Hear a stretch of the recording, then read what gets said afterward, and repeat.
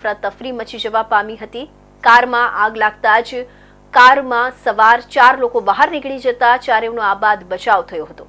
ફાયરના જવાનોએ આગ પર પાણીનો મારો ચલાવી આગ પર કાબુ મેળવ્યો હતો। ઉધના વિસ્તારમાં આવેલી કલ્યાણ કુટી સોસાયટીમાં ઘરની બહાર બુલેટ બાઇક પાર્ક કરેલી હતી।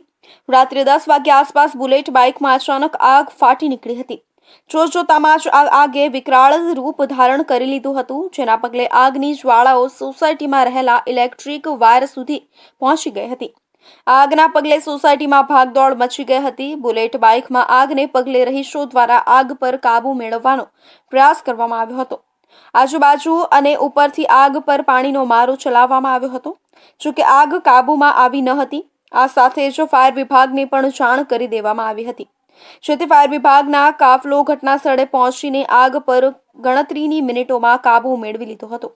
હાલ તો આ આગ લાગવાનું કારણ સામે આવ્યું નથી, જોકે બુલેટ બાઇક બળીને ખાખ થઈ ગયું હતું। અને બનાવમાં સુરતના વેસુ વિસ્તારમાં આવેલા વેસુ વાસ્તુ લક્ઝુરિયા પાસે રાતે કારમાં આગ લાગતા અફરાતફરી મચી ગઈ હતી। આ અંગે ફાયરને 9:54 કોલ મળ્યો હતો, જેથી વેસુ ફાયર સ્ટેશનની ગાડી ઘટના સ્થળે પહોંચી હતી।